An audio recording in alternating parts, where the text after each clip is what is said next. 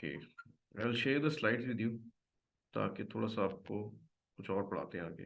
Last class में slides के share की थी, हम उसको शेयर नहीं करें अभी, वो हम पढ़ चुके हैं। ठीक है, तो इट्स एडिशनल पार्ट, तो जिसने मिस कर दिया I would feel sorry for that, लेकिन उसको मैं स्लाइड्स को भेज दूंगा, आप देख लेना उसको। ठीक है, बिकॉज हमारा सिलेबस काफ़ी वास्ट है, we have to cover it in a due time process. ठीक है, लेकिन मैं पूरी कोशिश करूंगा कि जो कॉन्सेप्ट्स हमारे ओवरलैप हो रहे हैं उनको मैं इधर इन स्लाइड्स में रिपीट कर दूं ताकि आप लोगों को नुकसान ना हो। ठीक है, let's quickly start. Okay,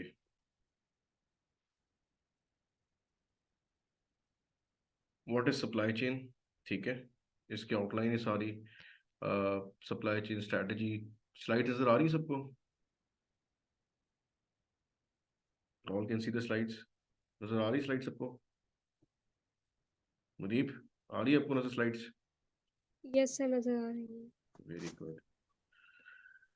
okay, so when we talking about supply chain, तो इसमें आपको कल जो हमने बातें की थी उसको मैं तो रिपीट कर देता हूँ। you'll have these types of concepts in mind। ठीक है, जिसमें आपका लॉजिस्टिक्स आ जाता है, जिसमें आपका फ्लीट आ जाता है। फ्लीट का मतलब होता है आपने जो चीज़ अगर सप्लाई चेन नेटवर्क में, फॉर एग्जांपल हमने एक रॉ मटेरियल प्रोक्योर करना है चाइना से, तो वो कहाँ पे होगा? पोर्ट ऑफ चाइना पे पड़ा होगा। ठीक है, बीजिंग में पड़ा होगा या शंघाई में पड़ा होगा।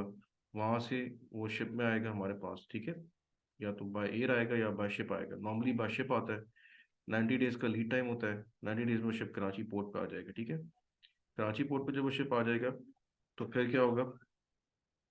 It has to be transported to my factory.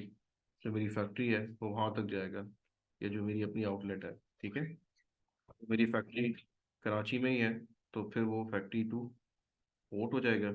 और अगर मेरी फैक्ट्री पंजाब में या ऊपर अप कंट्री है तो वो ट्रक में डाल के ऊपर लेके आ जाएगा। ठीक है, ये बेसिकली सिंपल आपका लॉजिस्टिक्स इसमें इन्वॉल्व है। लॉजिस्टिक्स का मतलब है इसमें कौन कौन सी चीज़ें इन्वॉल्व है। सबसे पहले कौन इन्वॉल्व है? जो आपकी, जिससे आपने रॉ मटेरियल या जो आपने प्रोडक्ट बनवाई है या जो चीज़ आपने मैन्युफैक्चरिंग ऑर्डर दिया है उसको, उसकी फैक्ट्री से लेके पोर्ट ऑफ शिपिंग तक। ठीक है, पोर्ट ऑफ शिपिंग का मतलब पता है?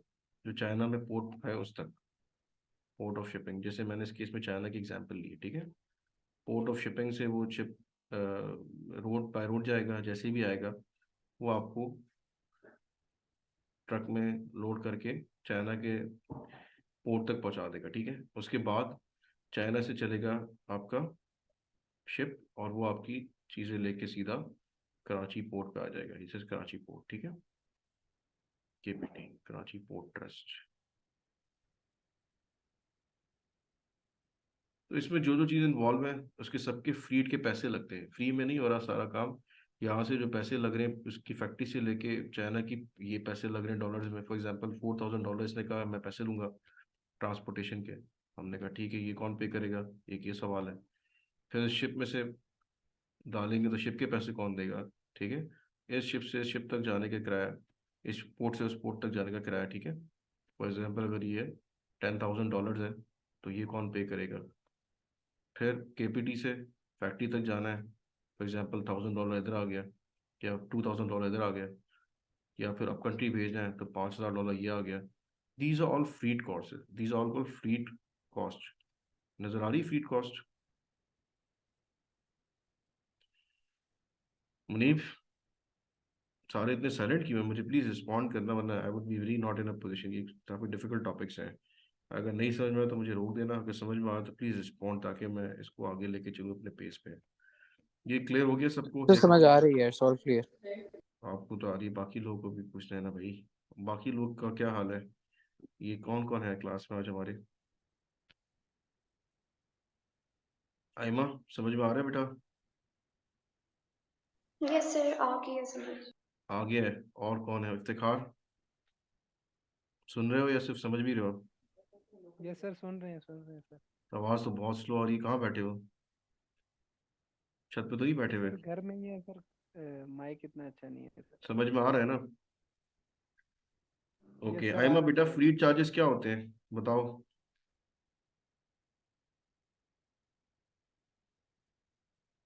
आइमा, आवाज़ आ रही है? व्हाट इज फ्लीट चार्जेस या फ्लीट ट्रांसपोर्टेशन किसे कहते हैं?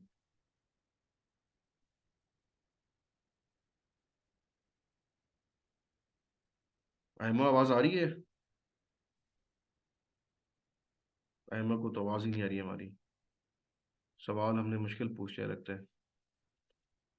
क्लास पार्टिसिपेशन के आपके नंबर सीधा मिलेंगे आपको, जो पार्टिसिपेट करेगा with I have to know. मैं फिर मार्किंग जब करूंगा तो I can not mark all of you 5। इधर फिर आपकी पार्टिसिपेशन विल डिसाइड कि किसको कितने मुझे नंबर देने हैं। इफ कोई हैव एनी कॉन्सेप्ट तो प्लीज उसको मुझे पूछो तो बताया करो।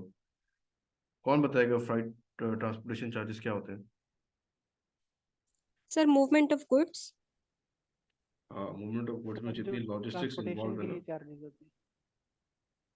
Yes sir.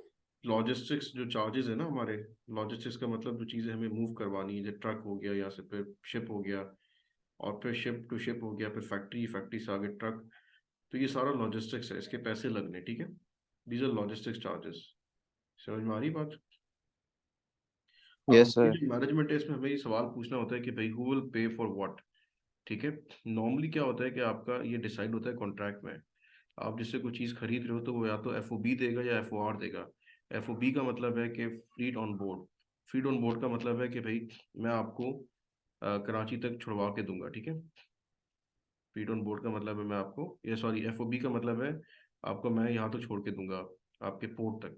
ये जो चाइना का पोर्ट है, मैं यहाँ तक छोड़ के दूंगा आपको। ठीक है, इसके आगे के जितने चार्जेस है सब आपने पे करने हैं। FOB कहते हैं, फ्रीड ऑन बोर्ड। ठीक है। FOR क्या होता है कि आपने कहा भाई सारा ही कि मैं यहाँ से यहाँ तक आपको छुड़वा दूंगा, इस पोर्ट से इस पोर्ट तक, बीच में मैं नहीं हूँ, आप सब मैं पे कर दूंगा, जहाज से लेके ये सब मेरी जिम्मेदारी है। ठीक है, इसको FOR कहते हैं कि आपकी अपने पोर्ट तक हम भिजवा देंगे, कोई मसला नहीं है। ठीक है। तो ये डिपेंड करेगा आपने किस तरह का कॉन्ट्रैक्ट साइन किया है, उसमें क्या क्या पैसे आपने चार्ज किए, उसने आपको क्या दिए हैं इसमें चार्जेस में, कि भाई आपने क्या प्ले करना है और उन्हें क्या करना है। जी मुनीब, क्या पूछ रहे हो, पूछ लो। सर इसमें लॉजिस्टिक्स में अगर हमारे पास सी वेज ना हो, अगर एयर कार्गो इन्वॉल्व हो, देन भी वो एफओपी का ही पार्ट होगा। हाँ, वो यही होता है ना, FOB का मतलब वो FO, हम इसको एयर कन्वेंस कहते हैं, ठीक है ना। एयर ट्रांसपोर्टेशन हो गया तो एयर कन्वेइंग नोट आता है उसमें। शिप में शिपिंग शिपिंग डॉक्यूमेंट्स होते हैं, बिल ऑफ लैडिंग कहते हैं उसे। ठीक है। और इसमें एयर एयर में आएगा तो फिर उसको हम कहते हैं एयर शिपमेंट बिल होता है, ठीक है। ये फर्क होता है बस। एयर शिपमेंट बिल कहते हैं, बाय एयर आएगी कोई चीज़ तो वो जहाज या एयरपोर्ट पे आपके चढ़ा देगा आपको, और वहाँ से वो फिर आपकी जिम्मेदारी है, एयर शिपिंग नोट दे देगा आपको कि भाई ये फला शिप में मैंने ये इसको डाल दिया है। तो जब आप उसको एयर में बिल दिखाओगे तो यहाँ पे वो माल रिलीज कर देगा वो एयरपोर्ट वाला। इसी तरह बिल ऑफ लैडिंग होता है, वो आपको देगा शिपिंग डॉक्यूमेंट्स, जैसे ही वो शिप पे डाल देगा, जैसे ही वो बिल ऑफ लैडिंग आपको देगा, आप यहाँ पे शिपमेंट डॉक्यूमेंट दिखाओगे अपने शिपमेंट वालों को, तो वो उसको रिलीज कर देंगे। ठीक है। Okay sir. किसी और ने कुछ पूछना नहीं है? सबको आता है बाकी सबको? This is very interesting concept. ये इंशाल्लाह अगर समझ में आ गया तो आपकी ज़िंदगी बहुत आसान है, और इंटरव्यूज़ वगैरह तो आपके बहुत अच्छे हो जाएंगे अगर आप जॉब इंटरव्यूज़ में जाओगे। पेपर तो वैसे ही आपने देना है इधर, और और आपने आगे ऑपरेशन मैनेजमेंट तो वैसे ही करना है। But these are very interesting topics, अगर आप इसको मुझसे पूछोगे पढ़ोगे तो यू रियली इंजॉय इट। तो जितना जिसने पूछना है वो सर पूछता एक जाए, और इतने सवाल मुझसे सर, पूछो। यस। कौन सर है? हम लोग जो ऑनलाइन ऑर्डर देते हैं तो जब हमें हम्म डिलीवरी मिलती है तो वो FOP में आएगा या FOR में आएगा? बेटा, मैंने बताया कॉन्ट्रैक्ट टू कॉन्ट्रैक्ट होगा ना। मैंने कोई रॉ मटेरियल मंगवाना है अपने जहाज़ों का, तो मैं चाइना से कहता हूँ भाई मुझे FOB कॉन्ट्रैक्ट के पैसे बताओ।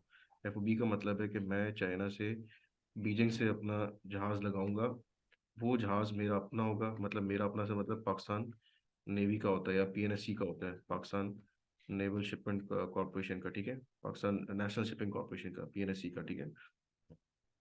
तो या तो वो मैं उस जहाज में लगवा दूंगा ताकि मेरे पैसे कम से कम लगे, ठीक है। PNSC का जहाज आएगा उसमें डाल दूंगा, और मैं फिर यहाँ पे कराची पोर्ट पर उतार दूंगा इसको। तो मैं उससे कहूँगा भाई मुझे FOB के पैसे दो, मुझे ज़्यादा सूट ही करता है। ठीक है। या कोई ऐसी कंट्री जहाँ मेरा जहाज ही नहीं जाता पाकिस्तान का, तो मैं कहूँगा ठीक है FOR ही कर दो, मुझे यहाँ तक कराची तक पहुँचा ही दो। फिर वो कोई जहाज आ रहा होगा उसको उसमें डाल के भिजवा देगा, MSC शिपिंग का होगा, किसी भी शिपिंग कंपनी का होगा। वो कहेगा यार इधर ये जहाज आ जाएगा, तुम इसमें से माल उठा लेना। ठीक है, लेकिन उसकी कॉस्ट ज़्यादा होती है। FOB कॉन्ट्रैक्ट में आपके पैसे कम लगते हैं, क्योंकि आप अपने खुद मैनेज कर रहे होते ट्रांसपोर्टेशन। ठीक है। और FOR में पैसे ज़्यादा लगेंगे क्योंकि वो आपको घर तक पहुंचा के दे रहा है, आपकी शिपमेंट तक पहुंचा रहा है, आपके घर तक, मतलब आपकी शिपिंग लाइन जो है आपके पोर्ट तक छोड़ के जाएगी आपको। ठीक है, किसी ने और कुछ पूछना है और आगे चले हम। आज की क्लास काफ़ी इंटरेस्टिंग है, आपको इंशाल्लाह समझ में आएगा, तो you really enjoy the information जो मिलेगी आपको आज। इन्वेंट्री एक्सपेंस क्या होता है बच्चों? इन्वेंट्री का मतलब होता है क्या, पहले बताओ। इन्वेंट्री होती क्या है? सर जो हमारे पास रेडी टू सेल प्रोडक्ट पड़ी हुई होती है। जरूरी नहीं है, रॉ मटेरियल भी इन्वेंट्री में आता है, ठीक है। इन्वेंट्री की 3 कैटेगरीज है। वो रॉ मटेरियल भी हो सकता है, वो रॉ मटेरियल भी हो सकता है, वो फिनिश गुड भी हो सकता है, और गुड्स इन प्रोसेस भी होता है, ठीक है। रॉ मटेरियल पड़ा हुआ मेरे पास, मुझे अगर फॉर एग्जांपल शीट्स बनानी है जहाज की, तो मेरे पास वो रॉ मटेरियल क्या पड़ा हुआ है, वो मेरे पास मेटल शीट्स पड़ी हुई है सारी, ये मेरा रॉ मटेरियल है, ठीक है। ये मेरे वेयर हाउस में पड़ी हुई है, मेटल शीट्स पड़ी हैं सारी, ठीक है। और अगर मैं इस मेटल शीट को वो कर रहा हूँ, मेटलर्जी करवा रहा हूँ, ठीक है, और इसकी मैं प्रोसेसिंग करवा रहा हूँ, तो कुछ इसकी शेप चेंज हो चुकी है अभी, तो वो भी पड़ी हुई है मेरे पास, वो प्रोसेस में चल रही है, जो कहते हैं गुड्स इन प्रोसेस, ठीक है। गुड्स इन प्रोसेस है, और ये भी पड़ी है इन्वेंट्री, इसको भी कहते हैं। और तीसरी चीज़ क्या है, जो चीज़ बन चुकी है, लाइक मैंने इसकी अगर एयरक्राफ्ट के स्ट्रक्चर्स बनाने हैं, तो मेरे पास स्ट्रक्चर शीट्स कहलाती हैं, ये मेरे पास स्ट्रक्चर्स पड़े हुए सारे, तो ये मेरे पास स्ट्रक्चर्स पड़े, ये भी मेरे लिए फिनिश गुड्स है, ठीक है। फिनिश गुड भी हो सकती है, रॉ मटेरियल भी हो सकता है, और गुड्स इन प्रोसेस भी होता है, ठीक है। इसको वर्क इन प्रोसेस भी कहते हैं, गुड्स इन प्रोसेस भी कहते हैं, ठीक है। तो ये सब इन्वेंट्री है हमारी, क्योंकि हमें इन सबको संभालना है ना। बात आ रही समझ? Inventory means you have to manage all these things. Warehouse में रखा हुआ है मैंने सारा सामान, कि जब तक उसकी कोई चीज़ नहीं बन जाती है, मैं एक साथ मंगवाता हूँ शीटें सारी, चाइना से या बाहर किसी कंट्री से, तो वो पूरा शिपमेंट आती है, जहाज आता है पूरा पानी का, एक साथ आएंगी, मुझे सस्ती पड़ेंगी, पूरा एक कॉन्ट्रैक्ट है। मैंने अगर फॉर एग्जाम्पल 1000 kg शीटें मंगा ली हैं, ठीक है, 1000 kg, वो 1000 kg एक साथ नहीं लग जाएंगी प्रोसेस में। रोज कोई 5 शीट ले जाता है, कोई 20 ले जाता है, कोई 25 ले जाता है, तो ये यूज़ होती जाएंगी रोजाना, और प्रोडक्ट्स बनती जाएंगी। तो जब तक मुझे मैनेज करना है, इनको have to save this inventory, इसकी भी मुझे हिफाजत करनी है, इसकी भी हिफाजत करनी है, जो चीज़ें बन रही हैं, ठीक है। वेयर हाउसेज मैंने इसके लिए बनाए हुए 3, एक में मेटल शीट पड़ी है, एक में वर्क इन प्रोसेस पड़ा हुआ है जो शॉप्स हैं, और फिनिश गुड्स पड़ी है अपने फिनिश वेयर हाउस में। आ रही है बात समझ सबको? यस सर, आ रही है। मुझे सबका ना यस सर चाहिए, मैं ना, क्योंकि आई एम बी गोइंग ये इनटू सर आ कॉन्सेप्ट्स रही में है आज। समझ। कुछ कॉन्सेप्ट्स में जाना चाह रहा हूँ, लेकिन यस। उनसे पहले ये सारे कॉन्सेप्ट क्लियर होने चाहिए, ताकि हम आगे जब जाएंगे तो फिर किसी को ये चीज़ समझ नहीं आएगी, तो बेचारा आगे खामोशी से बैठा रहेगा, उसको समझ नहीं आएगा। ठीक है, all clear about it? Yes sir, सबने बोलना है। Yes sir. Yes sir.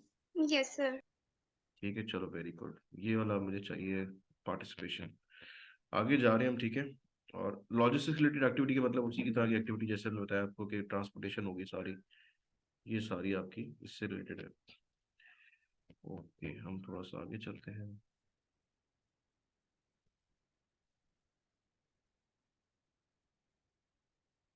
देखो, सप्लाई चेन का उन्होंने प्रॉफिट से भी ताल्लुक बनाया है, कि आपकी सप्लाई चेन कॉस्ट होती है, ठीक है, एक प्रोडक्शन कॉस्ट होती है, और मार्केटिंग कॉस्ट होती है, इसी तरह कॉस्ट के एलिमेंट्स बताए, ठीक है। तो सप्लाई चेन की बड़ी फैक्टर है।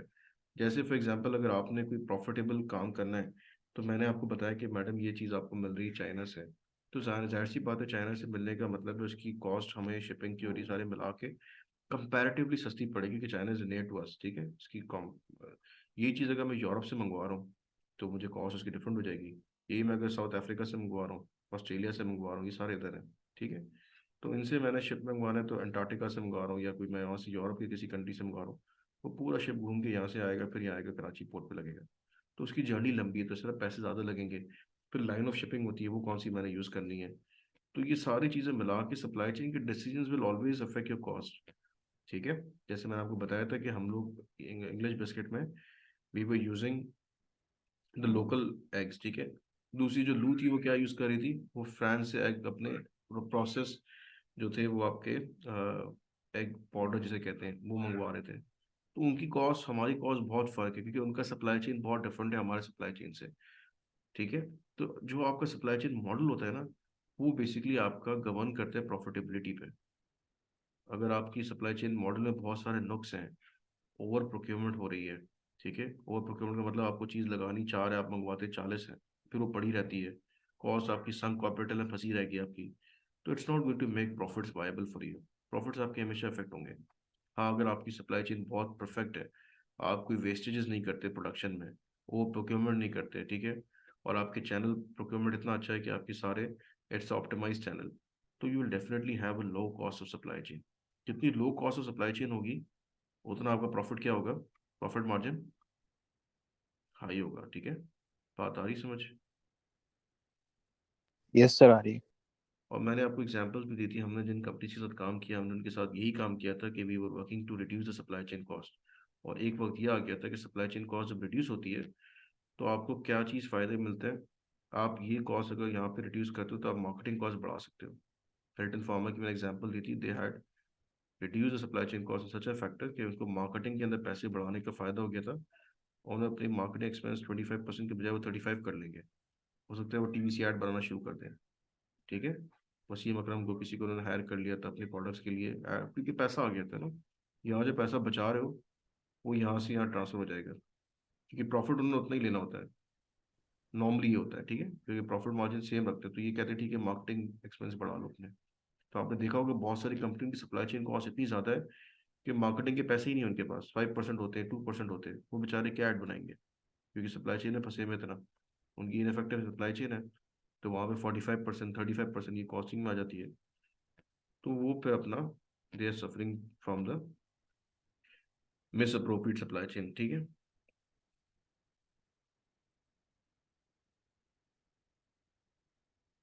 चलो आगे चलते हैं।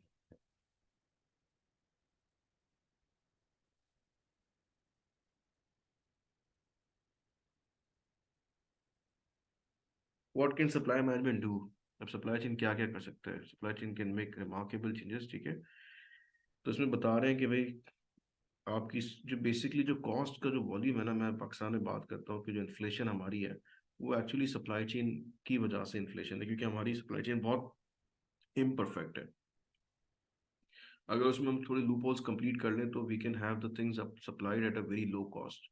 अगर ये चीज़ अगर हाई कॉस्ट पे मिल रही है आपको तो अल्टीमेटली यूजर ने पैसे देने होते हैं। तो इसमें यही बातें लिखी हैं, estimated that grocery industry could save 30 billion, ठीक है, by using effective logistics supply chain strategy. ठीक है, इस तरह ने वुमेन एंड चिल्ड्रन क्लोथिंग का बताया है कि उनमें भी अगर आप देखो तो इन्वेंट्री टर्नओवर अगर 10 टाइम्स हो जाए तो it will B 5 years faster, और 3 years अगो। तो बेसिकली वही बातें बता रहा है कि you have a lot of impact on daily life, क्योंकि सारी प्रोडक्ट्स जो होती हैं एंड यूजर ने इस्तेमाल करनी है ज़्यादातर क्लोथिंग या ईटेबल्स। तो इनकी अगर सप्लाई चेन सही हो जाए तो definitely will have a very smart you can say and very effective pricing. उसने एग्जांपल्स दिए। ठीक है, कि इन्होंने जिन जिन जिन लोगों ने अपना सप्लाई चेन सही किया उन्होंने कितना फ़ायदा उठाया और कितने लॉसेस उठाए अगर सप्लाई चेन सही नहीं थी। लाइक कॉम्पैक्ट ने क्या किया, it had lost 0.5 billion to 1 billion in sales because laptops were not available whenever needed. अब सप्लाई चेन में ये चीज़ ज़रूर होती है कि you have to make sure कि जो प्रोडक्ट है वो अवेलेबल हो। ठीक है, availability is the prime reason. Supply chain में करना है कि रॉ मटेरियल्स आपने प्रोडक्ट को बना के देना है, कब देना है, जब उसका एंड यूजर मांग रहा है। अगर आज प्रोडक्ट चाहिए और मुझे कल मिल रही तो मेरे किसी काम की नहीं है वो। ठीक है, मुझे तो आज चाहिए थी, आई वांट इट टुडे। ठीक है, तो it's very important, timeline is very important supply chain में। सारा गेम ही टाइम का है, इसीलिए पैसे इसी चीज़ के हैं। लाइक एयर वाला कहता है मैं पैसे डबल चार्ज करूंगा, मैं आपको आज पहुंचा दूंगा, बाय एयर भेज जाए। बाय शिप कहते हैं मैं 90 डेज में पहुंचाऊंगा, तो पैसे कम लेता है। अगर वो भी अगर एक दिन में पहुंचा देगा तो भी इतने चार्ज करे, एयर वाला चार्ज कर रहा है। ठीक है, तो इट्स इंपॉर्टेंट कि जब आपको ज़रूरत है तब आप अपनी चीज़ पहुंचाओ मार्केट में। अगर आपने मार्केटिंग स्टार्ट कर ली और चीज़ ही अवेलेबल नहीं है मार्केट में, जो हमारे साथ होता है पाकिस्तान में। आपको याद होगा कि आइसक्रीम जो थी आपकी मशहूर आइसक्रीम है जो अभी आई है, क्या नाम है इसका, मनीव आइसक्रीम का, ओमोर है। एग्जैक्टली ये 2011 में लॉन्च हुई थी, 10 में। खाई है किसी ने ओमोर आइसक्रीम? यस सर, खाई हुई है। खाई भी है, 2011 में खाई थी, 10 में जब स्कारलेट आता था तब ढूंढते थे हम लोग कि ये कहाँ मिलती है। मेरी बेटी का मैंने बताया था, वो कहती है बाबा मुझे ये वाली आइसक्रीम खानी, तो मैंने कहा बेटा ये मिल ही नहीं रही यहाँ पे, कहाँ ढूंढे इसको। ठीक है, तो आप अगर ऐड बना रहे हो और प्रोडक्ट अवेलेबल नहीं है मार्केट में तो ये लूजिंग कस्टमर्स। तो फिर मैं ज़बरदस्ती जा गया था यूनिलीवर की, ये कॉर्नेटो खा लो यार, ये भी वही है। वो कहती नहीं मैंने ओमोर खानी है, अब मैं इसको कहाँ से ला के दूँ। ठीक है, तो you have to make sure कि product is available in the market. अगर अवेलेबिलिटी नहीं है तो फ़ायदा नहीं है सारा। हम जैसे फार्मास्यूटिकल कंपनी में करते थे, we were very much worried about कि मार्केटिंग वाले हमें ये ना कहें कि प्रोडक्ट शॉर्ट हो गई है मार्केट से। We have to make sure कि product is available to customer. तो हम रॉ मटेरियल उसका उतना ही मंगवाते जितनी प्रोडक्शन है। पूरी प्रोडक्शन मुझे करवानी है, रॉ मटेरियल मंगवा के देना है, प्रोडक्शन लाइन चलानी है, बैच चलाना है, फिर उसको मैंने डिलीवरेबल करने और मैंने सीधे भेजने किसको, डिस्ट्रीब्यूटर को, ताकि वो अवेलेबल हो जाए। ये पूरी सप्लाई चेन है, अंडरस्टैंडिंग इट। यहाँ पे आप सब जगह इन्वॉल्व है, सप्लायर से आपने बात करनी है, फिर आपने प्रोडक्शन वाले से कहना है भाई प्रोडक्शन इसकी स्टार्ट करो क्योंकि रॉ मटेरियल आ चुका है, प्रोडक्शन करवा के देनी है, उसमें हर्डल सारे लीड करने हैं, और फिर आपने ला के यहाँ पे डिस्ट्रीब्यूटर के हवाले करना है, फिर डिस्ट्रीब्यूटर ने आगे रिटेलर को देना है। You are all involve. तो हम यहाँ पे सब जगह इन्वॉल्व थे।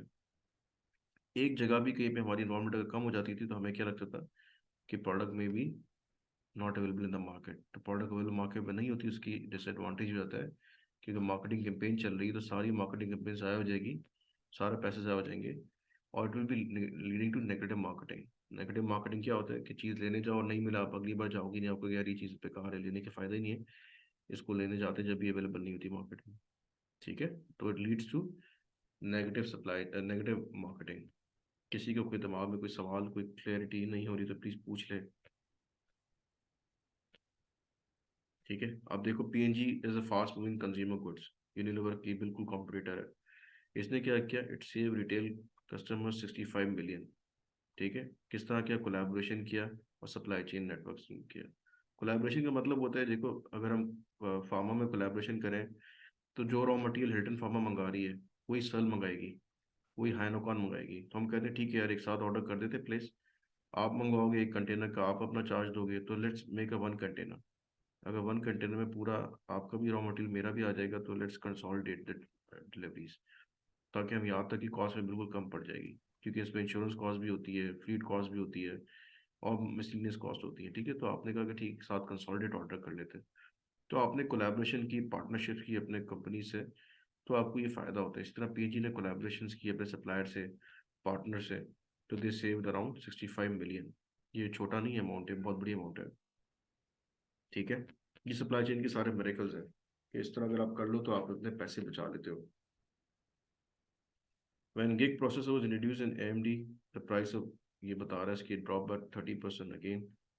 इन्होंने भी अपने पैसे बचा लिए सप्लाई चेन इफेक्टिव करके।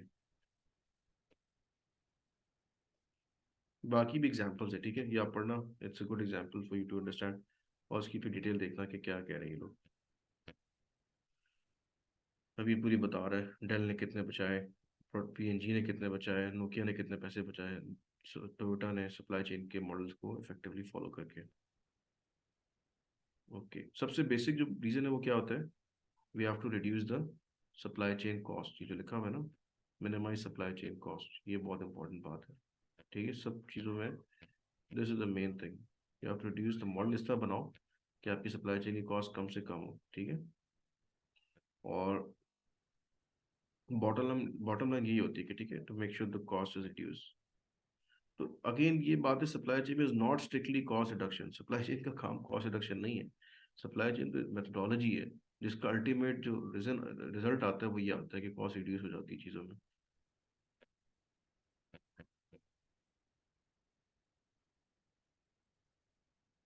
समझ आ रहा है सबको?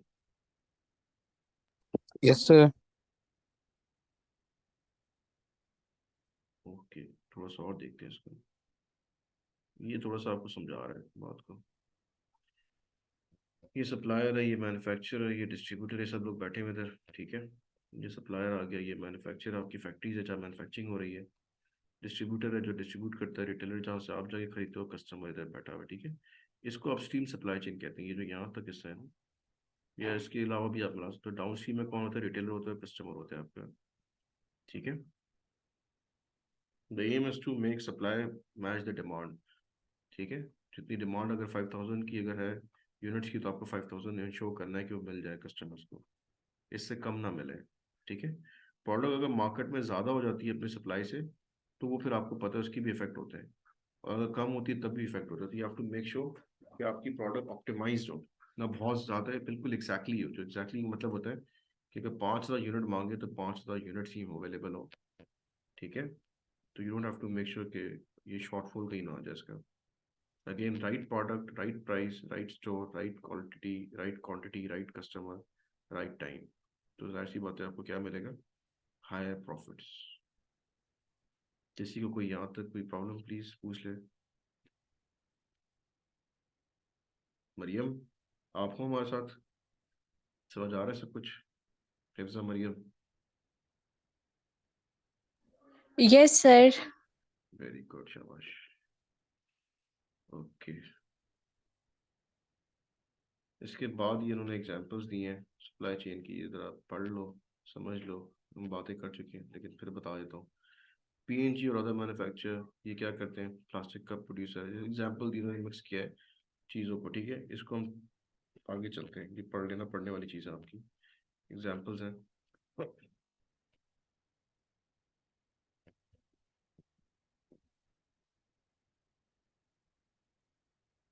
ओके, तो ये बात हमने शुरू में की थी, इसका जिक्र दोबारा आ गया। Supply chain basically is the flow of information, या फिर मटेरियल, या फिर बेसिकली सप्लाई चेन में तीन फ्लो होते हैं। एक मटेरियल की फ्लो होता है, इंफॉर्मेशन का फ्लो होता है, और फंड्स का फ्लो होता है, ठीक है। फ्रॉम सप्लायर टू कस्टमर, ये latest definition of supply chain है, ठीक है। उह, ठीक है, कि सप्लायर से लेके मटेरियल का क्या मतलब है मुनीब? कस्टमर से, सप्लायर से कस्टमर तक मटेरियल तो जा रहा है, मटेरियल क्या मतलब है? जिस चीज़ के पैसे दे रहा है वो ना, रॉ मटेरियल हो गया या जो भी अब फिनिश मटेरियल है, ये वो हो गया, ठीक है।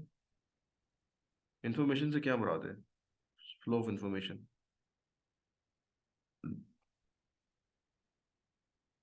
कौन बताएगा?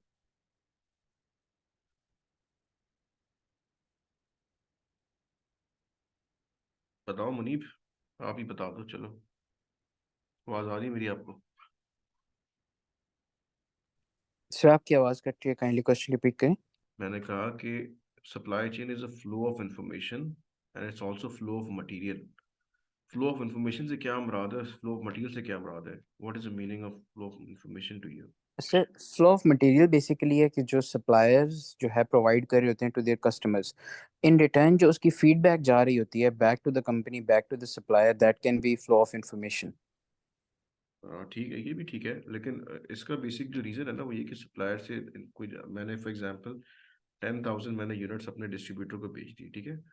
तो मेरे फैक्ट्री से गई है डिस्ट्रीब्यूटर के पास। डिस्ट्रीब्यूटर के पास जब 10,000 यूनिट जाएंगे तो 10,000 यूनिट के साथ उसकी इन्फॉर्मेशन भी फ्लो होगी। क्योंकि वो कैसे फ्लो होगी, वो उसको अपने पास गुड्स गुड्स गुड्स इनके नाम से वो जीआरएन बनाएगा, गुड रिसीविंग नोट होता है। वो उसके ऊपर रजिस्टर पेन करेगा कि मेरे पास अब आ गए, अब ये मेरी प्रॉपर्टी नहीं है, अब इसकी प्रॉपर्टी है, ठीक है। गुड रिसीविंग नोट के बाद फिर डिस्ट्रीब्यूटर रिटेलर को भेजेगा। रिटेलर जब भी इसको लेगा अगेन वो यूनिट्स लेगा कि ठीक है मेरे पास 5,000 यूनिट्स आ गए, और 5,000 यूनिट्स भी आएंगे और इन्फॉर्मेशन भी आएगी कि गुड रिसीविंग नोट भी इशू करे, ठीक है। अब होता क्या है सप्लाई चेन में, जो सबसे बड़ा प्रॉब्लम है कि मटेरियल तो फ्लो हो जाता है लेकिन इन्फॉर्मेशन फ्लो लेट होता है। मसलन क्या, अब मैंने सप्लाई चेन में अपने डिस्ट्रीब्यूटर को गाड़ी भिजवा दी, ट्रक, और मैंने उसके बाद डिलीवरी चालान नहीं भिजवाया। डिलीवरी चालान भिजवाया अगले दिन, तो अगले दिन उसकी वो बैठ के कंप्यूटर पे एंट्री कर रहे होते हैं कि भाई इसकी 10,000 यूनिट्स आ गए, हालांकि वो एक दिन पहले आ चुके हैं। ट्रक खड़ा हुआ कंपनी के अंदर का सामान उतर भी गया, लेकिन सिस्टम पे नजर आ रहा है कि वो कब आया, एक दिन बाद, क्योंकि वो थोड़ा सुस्त होते हैं, शाम में कहा यार कल इसकी सुबह एंट्री कर लेंगे हमको। तो सप्लाई चेन का प्रिंसिपल कहता है कि जैसी वो चीज़ आए ना, पहुंचे, आप जैसी मटेरियल का फ्लो साथ साथ इन्फॉर्मेशन का फ्लो भी बनाओ। ये पूरा क्रक्स है, ये पूरी एसेंस है कि जैसी इन्फॉर्मेशन आपके पास पहुंचे आप उसको फौरन अपडेट करो। जैसे मटेरियल का फ्लो हो जाए ऐसी इन्फॉर्मेशन का फ्लो भी साथ साथ चले। Understanding it? इसी का नाम ईआरपी है। ईआरपी इसलिए लेके आए थे लोग कि होता क्या था, ओरेकल सिस्टम पे बाकी पे लोग एंट्री बाद में करते थे, एक्सेल पे बैठ के बाद में कर लिया, पेपर वर्क बाद में हो गया कि ठीक है डॉक्यूमेंट्स बाद में आ रहे हैं, चीज़ें पहले आ चुकी हैं, डॉक्यूमेंट्स बाद में आ रहे हैं, या डॉक्यूमेंट्स पहले आ गए चीज़ें बाद में आ रही है, नहीं। तो अब इन्होंने क्या स्टार्ट किया, बारकोड सिस्टम स्टार्ट किया है। हर प्रोडक्ट पर बारकोड लगा है, जैसे ही बारकोड एंटर होगा चीज़, ऐसी बात है, इन्फॉर्मेशन भी साथ साथ जा रही है, मटेरियल भी साथ साथ जा रहा है। किसी को इसमें परेशानी? फ्लो ऑफ इंफॉर्मेशन और फ्लो ऑफ मटेरियल साथ साथ चल रहा है। क्लियर हो गया? Yes sir. लड़कियों में क्या हालात है, समझ आ रहा है सबको? एक बंदा कोई कम भी हो गया है, कौन चला गया अभी क्लास से? माहम नहीं है? वेयर इज माम? माम नहीं है, माम बैठी हुई है। सर है। माम समझ में आ रहा है या नहीं?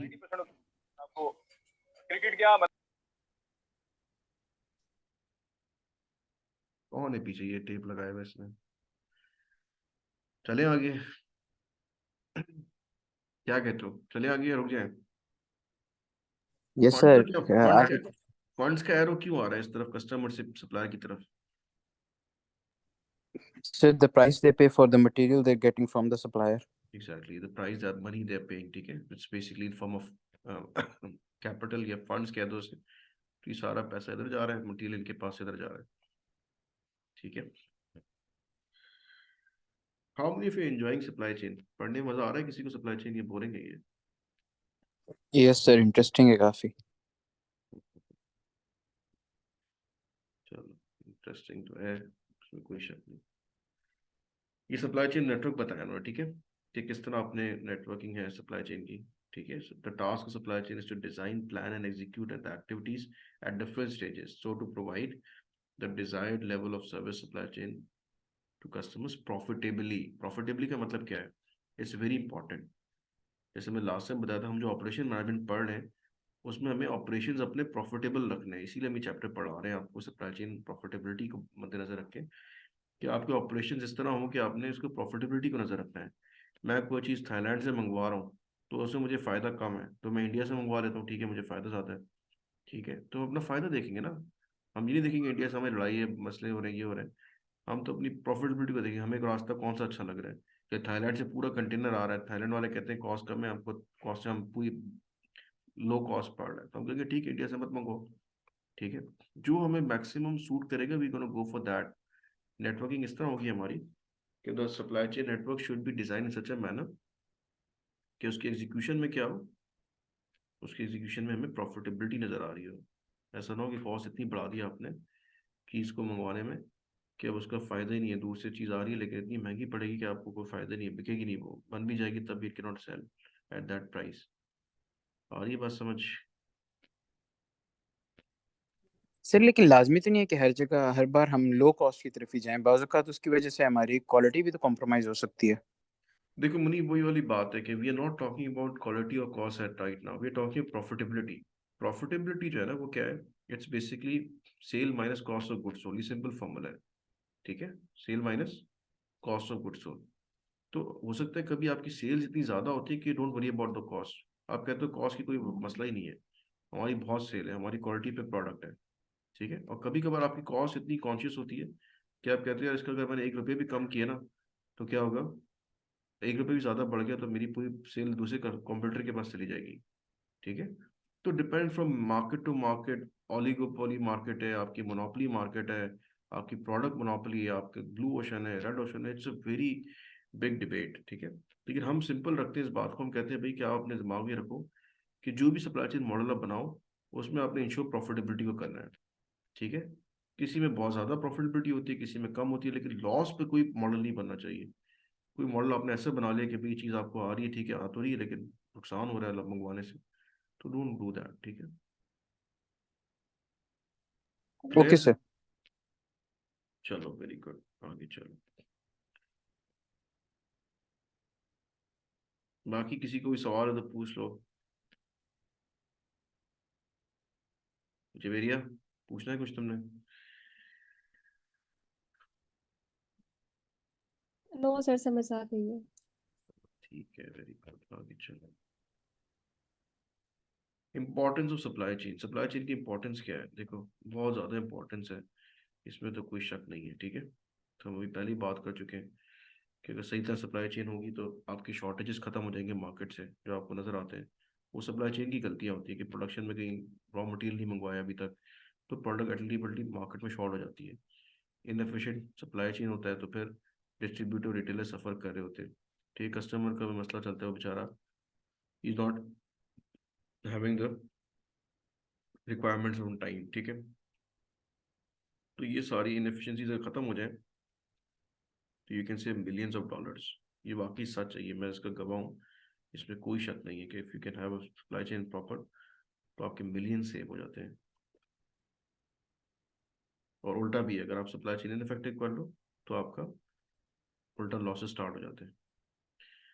ये नॉर्मली बताया जेनरिक सप्लाई चेन इसी तरह होता है, आपने प्रोक्योरमेंट करनी है, परचेज होती है आपकी कोई चीज़, ठीक है, उससे अगर आपने कोई चीज़ बनानी है कि जहाज़ में पानी का जहाज़ दिखाया हुआ, शिप दिखाया है, ऐसे रॉ मटेरियल आ रहा है, परचेज़ किया आपने, उसकी कोई मैन्युफैक्चरिंग होगी, ठीक है, इन्वेंट्री डाल दी इसमें, और फिर आपके वेयर हाउसेज बना दिए उन्होंने, वेयर हाउस में आपने रखवा दी चीज़ें, ठीक है, कस्टमर आपका ये बैठा हुआ है, कस्टमर की डिमांड फुलफिल हो रही है, ठीक है। ये इसमें इन्होंने एक तरह से आपको समझाने की कोशिश की जो हमारा सप्लाई चेन का प्रोसेस है।